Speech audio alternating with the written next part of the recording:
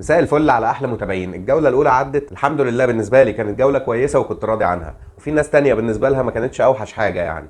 لكن في ناس الحقيقه كانت بالنسبه لها مش هي دي الجوله اللي هي متوقعاها خالص. وهنا بقى السؤال وموضوع الحلقه، هل في ناس لازم تفعل الوايلد كارد دلوقتي، ولا المفروض الناس تستنى اسبوعين ثلاثه على ما تشوف الفرق وتقدر تقيم اللعيبه صح؟ وهنا خليني اقول لك بصراحه ان انا شايف ان المفروض يعمل الوايلد كارد هو اللي فريقه حاسس ان هو واقع قوي، او على الاقل في اربع خمس تغييرات لازم يعملها، او حد تاني زي اللي كان بادئ مثلا بتشكيله هو عاملها للاسبوع الاول بس، وعارف ان هو كده كده في الاسبوع الثاني هيفعل الوايلد كارد. وفعلا ما ينفعش كلنا نروح نفعل الوايلد كارد وخلاص لمجرد ان فرقتنا ما تالقتش او اللعيبه بتاعتها ما تالقتش في الاسبوع الاول. يعني مثلا لعيبه ارسنال لو جينا اتكلمنا عن ساكا وجيوجريس مش هنروح نبيعهم طبعا، ليه؟ اما الماتش اللي فات كان ماتش صعب قدام مانشستر يونايتد، لكن الماتش ده قدام ليدز وفي ناس هتشتريهم، وفي ناس اصلا هتكابتن ساكا في ماتش زي ده، فانت ما تروحش تبيع اللعيبه دي. وده زي اكبر خازوقين بالنسبه لنا في الاسبوع اللي فات، اللي هو كول بالمر وجواو بيدرو، لعيبه تشيلسي طبعا اللي طلعت بلانك الاسبوع اللي فات، ما نروحش نبيعها برده الجوله دي لمجرد انهم طلعوا بلانك في اول جوله. عندهم الماتش الجاي ويست هام، واحنا شفنا ويست هام بيخسر 3 من ساندرلاند،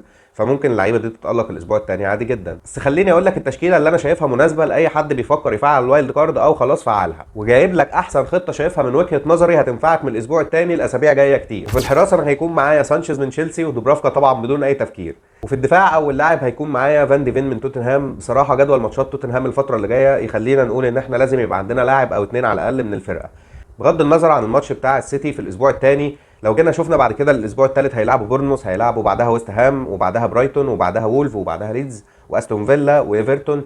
فمن الاسبوع الثالث للاسبوع التاسع جدول ماتشات بصراحه كويس، وهيخلينا نعرف نجيب نقط من لعيبه توتنهام في الفتره دي كويسه. فانا انصح اننا يبقى عندنا واحد او اتنين على الاقل من توتنهام. وتاني لاعب معايا هيكون اولي اينا من نوتنجهام فورست، وبصراحه انا افضله عن لعيب زي نيكو ويليامز، في ناس كتير رايحه معاه، لكن اولي اينا احنا شفناه الماتش اللي فات هو الوحيد اللي طلع بمشاركات وخد نقطتين بونص.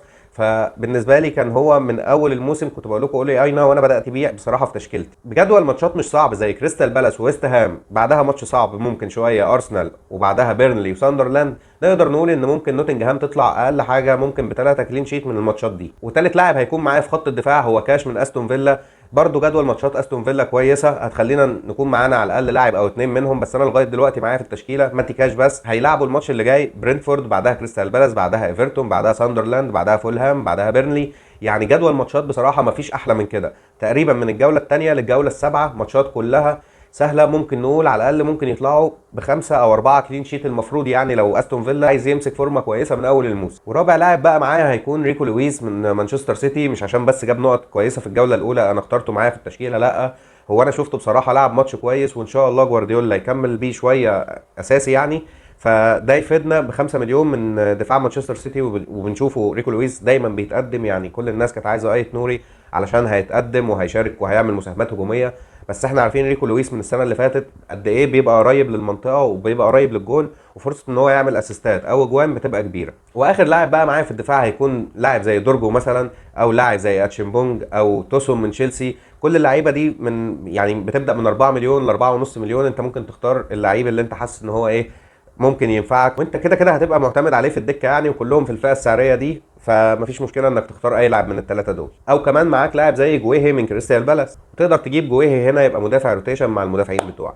ونيجي بقى لخط النص، هنلاقي ان اول لاعب معانا هو قدوس، علشان طبعا جدول ماتشات توتنهام اللي احنا قلنا عليه ان هو هيبقى سهل جدا. وتاني لاعب معايا هيكون ان شاء الله مفاجاه الموسم هو ريندرز من مانشستر سيتي، اللي عمل اداء مفيش احلى من كده بصراحه في الجوله الاولى باسيست وجون، وشفناه قد ايه هو كان برده مشارك في الجون الاول بالبري اسيست اصلا اللي هالاند جاب منه الجون الاول. لعيب بصراحه انا مش عارف موقع الفانتازيا ازاي نزله ب5.5 مليون بس، فالحق اشتريه، بس يا رب جوارديولا بقى ما يرجعوش ورا ويلعبوا ستة او ديفندر، فربنا يستر كده ويفضل قريب للجون علشان نشوف منه المساهمات الهجوميه الكتير دي. وتالت لاعب بقى معايا هو كودي جاكبو من ليفربول، واللي احنا قلنا عليه قبل الموسم ان هو هيكون من احسن اللعيبه الديفرنشال اللي ممكن تبدا بيها، لان نسبه ملكيته كانت قليله. وكودي جاكبو بعد الصفقات اللي ليفربول عملها، فانا كنت متوقع ان هو فعلا فورمته تزيد وتعلى ويبقى بيشارك اكتر في اهداف او اسيستات، وده اللي حصل فعلا وشفناه في الجوله الاولى. الراجل سجل جون وطلع لي ب7 نقط، والحمد لله ان انا كنت جايبه وراهنت عليه. والحقيقه ان انا هختار هنا معاه محمد صلاح من ليفربول ب 14.5 مليون، لان فعلا صلاح في بدايه الموسم دايما بيبقى مرعب. وكمان شفناه الماتش اللي فات، يعني الكوره في اخر ثانيه بيحاول عليها كوره ميته برجله كمان اليمين وبيسجلها، وبيكافئ ملاكه بصراحه والناس اللي كانت مكابتناه ومراهنه عليه، وبيكمل في سلسله ان هو يساهم في كل المباريات الافتتاحيه في الدوري الانجليزي. وخامس لاعب بقى معايا هو سيمينيو، اللي سجل هدفين في الجوله الاولى قدام ليفربول، وعنده ماتش سهل قدام وولف، وبقيه جدول ماتشاته مش وحشه يعني عنده بعد وولف عنده توتنهام وعنده برايتون وعنده نيوكاسل وعنده ليدز، يعني كلها ماتشات ممكن يقدر يشارك فيها او يساهم فيها هجوميا. ونروح بقى على خط الهجوم، واللي اول لاعب فيه هيكون هو الايرلينج هالاند. الراجل بصراحه اللي انا دايما بحس ان هو بيبدا الموسم حتى لو مش هيكمله بفورمه عاليه، بس بيبداوا بفورمه كويسه قوي. وعاوز اقول لكم ان انا راهنت عليه وجبته من الاسبوع الاول، والحمد لله جاب لي جونين. وكمان لو كان جوارديولا ما كانش طلعه بدري كان زمان الراجل جاب الهاتريك عادي جدا في اول اسبوع. بس نقول ايه، منك لله يا جوارديولا. تاني لاعب بقى معايا في المهاجمين هو كريس وود. الراجل يا جدعان بصراحه بيعرف يخلص من اقل الفرص، والحقيقه ان كريس وود كان معايا لغايه قبل الديدلاين بتاع الجوله الاولى بحاجات بسيطه، ودخلت غيرته بجواو بيدرو للاسف، ودي كانت اكبر غلطه عملتها في الاسبوع الاول. وده كله بسبب نسبه ملكيه جواو بيدرو المرعبه. بصراحه قلقني ان انا ادخل الجوله من غيره. ده غير ان نوتنجهام طبعا كانت ضعيفه هجوميا في البري سيزون، ودي كانت حقيقه، بس احنا شفنا كريس وود بيخلص فعلا في اقل الفرص وبيقدر يحولها لاهداف. وجدول ماتشات يعتبر مش اوحش حاجه، فكريس وود نقدر نعتمد عليه، وباذن الله نستفيد من النقط بتاعته الفتره اللي جايه. وثالث لاعب بقى هيكون معايا هو مارك جيو، طبعا هيكون مهاجم دك.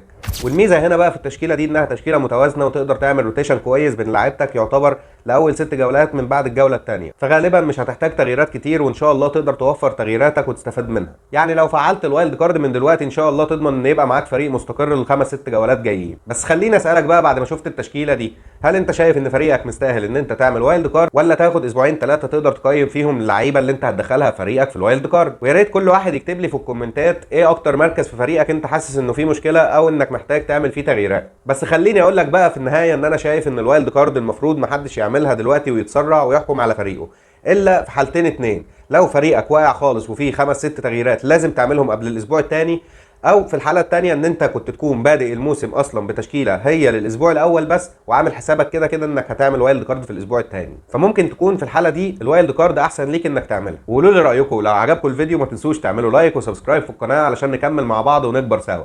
واحب اشكر كل الناس اللي بتدعمني وبتتفاعل معايا على فيديوهاتي الاخيره، واحب اقول لكم ان انا ان شاء الله قريب اعمل لكم مفاجاه حلوه كده تفرحكم زي ما بتتفاعلوا مع فيديوهاتي وبتفرحوني. ان شاء الله اشوفكم على خير في حلقه جديده. سلام.